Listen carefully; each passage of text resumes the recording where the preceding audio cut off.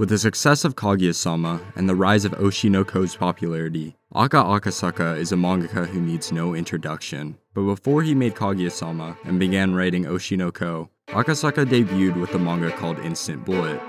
And it was...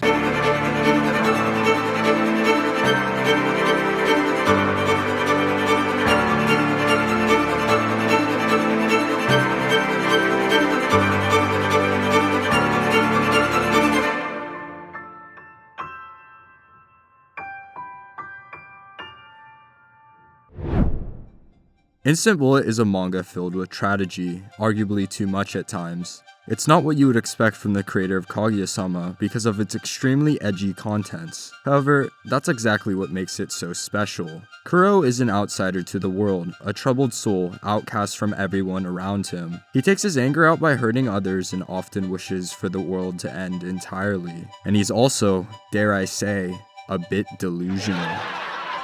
Whenever he feels these negative emotions, he resorts to mixing reality with fantasy, clinging onto the remnants of the only two people he's considered his family through his imagination. So, when he sees a small sinister creature sitting on top of a Christmas tree, he initially brushes it off as another one of his illusions.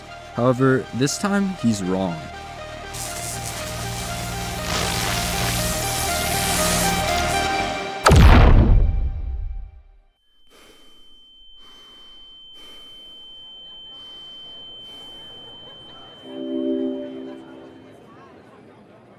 A girl almost caught in the accident sits in awe, exclaiming that she's finally found her enemy, and scrambles to chase after the sinister character, a grenade dropping from her pocket in the process. Noticing Kuro's disbelief at what he has seen, the girl tells him that they are chosen by fate to save the world and introduces herself as Sarah. Kuro, unable to reject her grip, is swept away by Sarah as she chases after the creature. And after a small struggle, the two beat the creature together. An unforgettable meeting, one that will change Kuro's fate forever, but not in the conventional way you would imagine.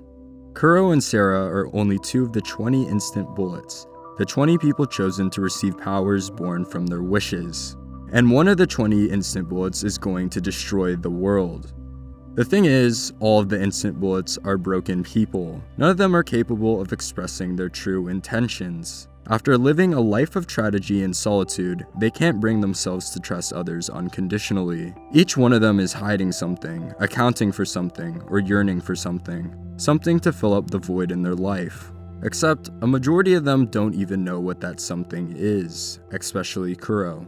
After Sarah and Kuro defeat the creature and part ways, Kuro realizes that the creature they desperately tried to defeat was actually his. That it was a creature birthed from his wish to destroy the world. At least, that's what he thinks. You see, Kuro constantly fills his head with thoughts of wanting the world to end, going as far to claim he will destroy it himself.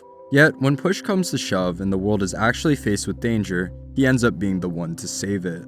And when people around him are in danger, he can't help but try to save them. Kuro acts like this from the very first chapter. When his own creation brought down the Christmas tree, Kuro, thinking Sarah was going to be hit by the tree, attempts to push Sarah out of the way and take the blow himself. For someone so determined to destroy the world, it makes zero sense for him to risk his life for a complete stranger. The fact is, Kuro is actually a kind person. And it's because he's a kind person that he feels obligated to suffer, to feel pain, to believe that he's a horrible person, because he's unable to forgive himself for some of the choices he's made in the past.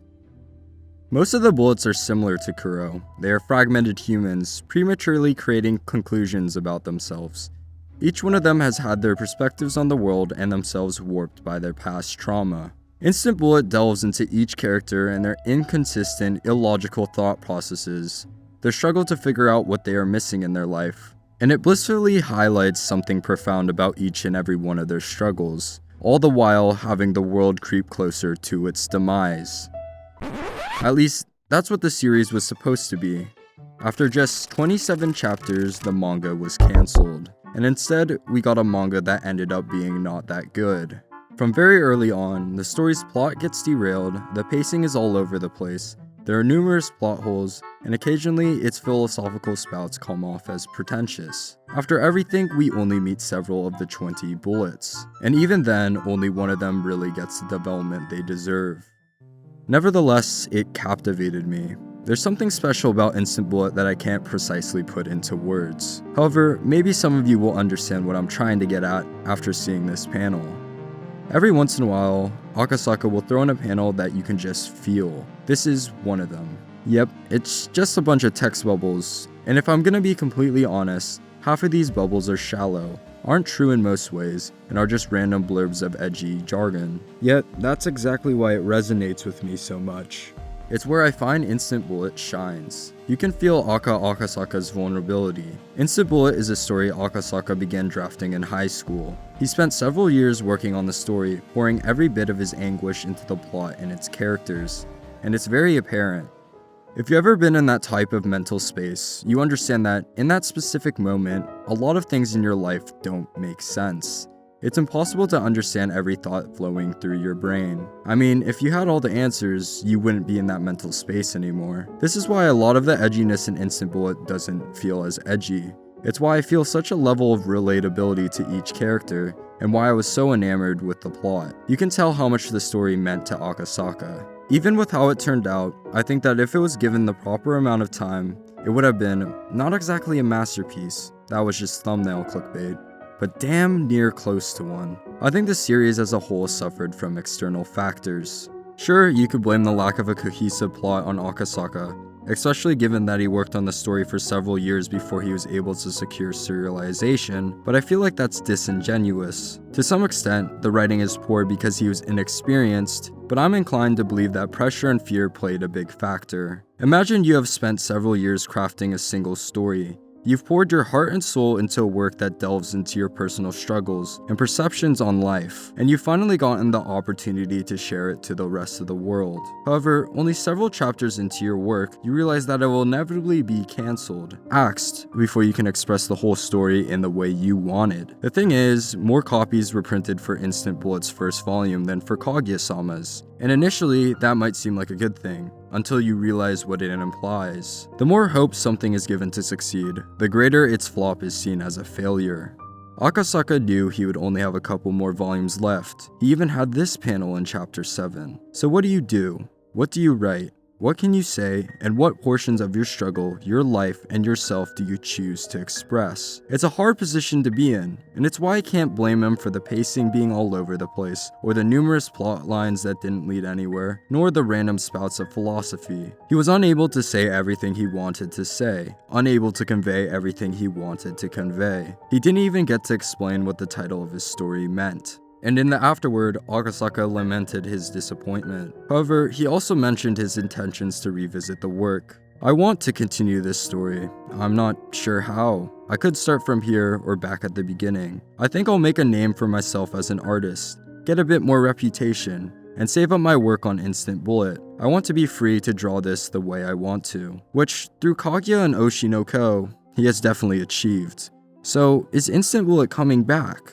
The answer to that question is complicated. In the middle of 2020, in a Q&A on Twitter, a user asked Akasaka if he was going to put out a complete version of Instant Bullet someday. However, he responded that no one wants to do it because they think it won't sell. In late 2020, Akasaka was interviewed by Japanese VTuber Tamaki Inuyama, where he was questioned about revisiting Instant Bullet. He responded with, "Maybe. Sometime, in some form, but it's getting to the point where it'd be hard to continue it as a manga, so I'm just sitting around hoping for someone to give it an anime adaptation." Tamaki further inquired, asking him about his thoughts on letting someone else draw it instead, and Akasaka was open to the idea, stating, "That would be great. I'm just waiting here, hoping for someone to continue drawing it." And with Akasaka recently announcing his retirement from drawing manga, this option seems likely. He could also, as he once considered, release it as a light novel instead. With how much experience he has now, and with how Oshi no Ko's exposition is developing, there's no doubt in my mind that if Instant Bullet got its second chance,